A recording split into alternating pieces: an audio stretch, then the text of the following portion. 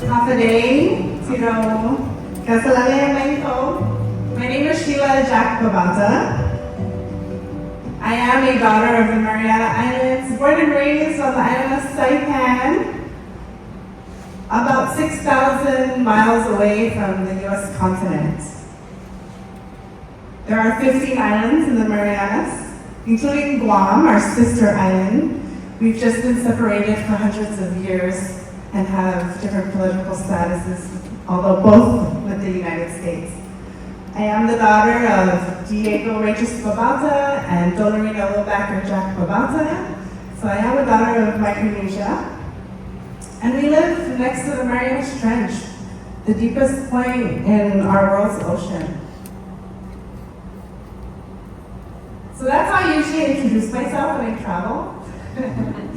I travel so much. I'm an advocate, I'm a recovering politician, I'm an activist, and everywhere I go, I found that it was really important to place myself because we are largely invisible to the world.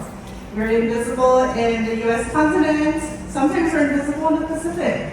And I have found that it's become more and more important for us to share our stories and share what's happening in the Marianas because people just don't know. And a large part of advocacy is gathering allies. It's connecting with people who have the same vision and the same dream. And so I continue to share how we struggle with plastic pollution and marine debris. This is in our northern islands of Hagen. When I was there a few years ago, nobody lives there. We have seasonal residents, as they're described. But we see this on the shores of our black sand beaches that I never knew we had. We have hyper-militarization that is happening right now in the Marianas with 5 major plans: the Mariana Islands Training and Testing, the Commonwealth Joint Military Training, the Mariana Islands Range Complex, the movement of troops from Okinawa to Guam that has already started, and the divert airfield on the island of Tinian, on our sister island. And all this while, our sister island, Farallon de Mediniza, or Nubus, in our traditional Chamorro language, is continuing serving as a bombing range for almost 50 years. Of course, like all Pacific Islands, we are struggling with the rising sea levels and unsustainable development. Since I've moved home, I've been home for 9 years now, I've seen concrete structures disappear and coconut trees just fall into the ocean. And so, just like we're here today, we gather to inspire one another, to share stories, to gather inspiration that we can bring home. It started for me in 2019 when I became an Obama leader and got to ask him a question, and I was a lawmaker at this time. And I got to meet other leaders from Asia Pacific. The journey continued internationally. I was in Scotland, I was in Italy, traveled to Egypt. These are environmental gatherings where advocates and activists come together. Just last year, the Our Ocean Conference happened in Greece. And then I started advocating and visiting Pacific Island leaders and Pacific Island conferences. And that's where I realized too that in the Pacific, because we're a large blue continent, sometimes we don't know what's happening in parts of the Pacific, like what's happening in Kanaki, New Caledonia, with their revolution, and West Papua, and the struggle for self-determination. I was at Tiaki Moana Summit in French Polynesia, and they are a French territory. So I was in a place where we look the same, we look like cousins, but they speak French. And it was challenging to communicate with one another, although we're Pacific Islanders. And so the topic of political status, of course, was always at the table. So for the past 5 years, I've just been advocating, traveling, gathering allies, which was a recommendation of President Obama when dealing with large institutions or large powers. How do you start, right? Where do you start? You start by gathering allies, raising awareness, and unifying voices. But even with all that and all the travel and it's beautiful experiences, I always wanted to come home. I couldn't wait to come home. It was actually through the travel that I got to see my home differently, and I got to really deepen my love and my appreciation for my home. And when I was home, I needed a place to share. And I needed a place to reconnect with my community. And of course, it was at the Canoe House. And so this is a photo of John Lames Castro in the background. He's a Chamorro cultural practitioner. And Uncle Tony Pierlo, Papa Mao Pierlo's son. And at the Canoe House, John had the courage to share that his dream was to learn as an adult Chamorro man how to carve a canoe, because he never learned.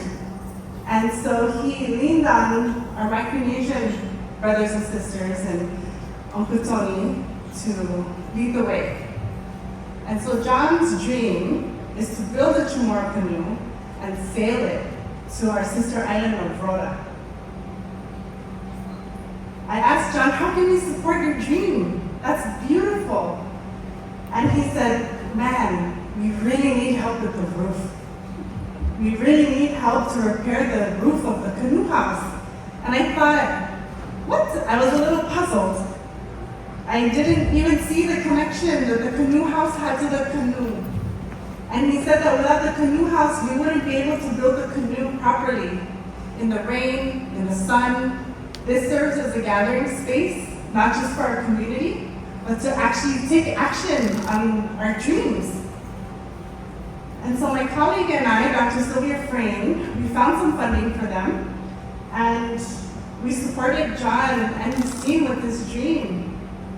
And throughout the process, I learned so much, and I grew so much, more than any of my travels combined. In just this process of repairing the Canoe House roof, we had, of course, permitting challenges. We harvested sustainably all the materials we got from the land. We leaned on Master Weaver Sonny Homi, who is Tongan and has called Saipan home. And he led the team to weave, and he shared knowledge that he learned from his grandmother in Tonga, because he grew up in a home like this. All the materials were gathered. They visited the jungles and said, that tree, and that tree. It wasn't the way, I guess, modern extraction happens, of just clearing the whole land. There was very little to no waste at all. No nails, all rope, which was probably the only thing we bought from the store. If we had more time and if the grant allowed, we would have made our own rope.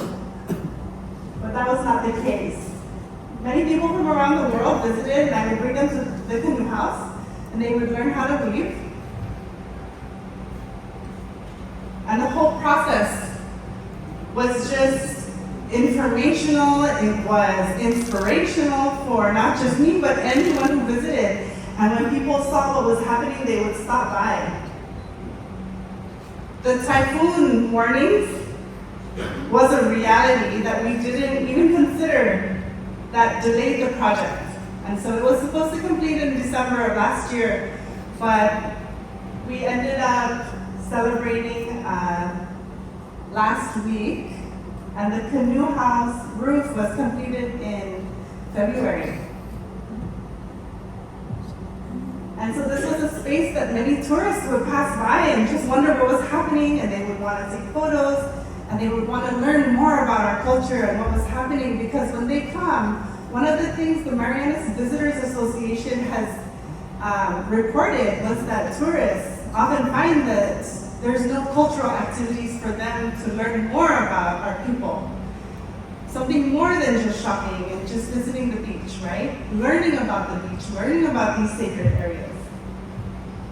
And so John's dream is a dream that is part of a larger dream, something that Papa Mao Yailuk has supported, right? When the Hawaiians also dreamt of reviving and restoring their traditional seafaring. And Papa Mao is a supporter of his dream, of this dream, that now is widespread around the Pacific. And just last year at FestPac, we in the Marianas brought canoes that met other canoes that came from all over the Pacific. And 500 Sails is doing amazing work here, inspiring our local people to learn about this traditional navigation, this traditional knowledge that sometimes we take for granted. Just 2 days ago, we learned from our Palauan brothers and sisters about a dream that came true in Palau after 50 years. The first taro harvest of Nyerawun happened, and this just happened in May. And I was so inspired, it brought me to tears because another dream was coming true in the Pacific. Sometimes when we're surrounded by so much abandoned buildings and so much loss of environment, loss of land, we are afraid to dream. And I've learned that it takes so much courage to dream, and to dream out loud and to share it. But there are examples of people who dream and who share their dreams, and find people who support their dreams. And I think that's really part of being an ancestor that our descendants will thank. And so from this conference, I hope that you've been able to gather inspiration to take home, to view your home differently, and deepen your love and appreciation for our Pacific, to dream bigger dreams, to share them, and I'm sure you'll find support for them. Thank you so much.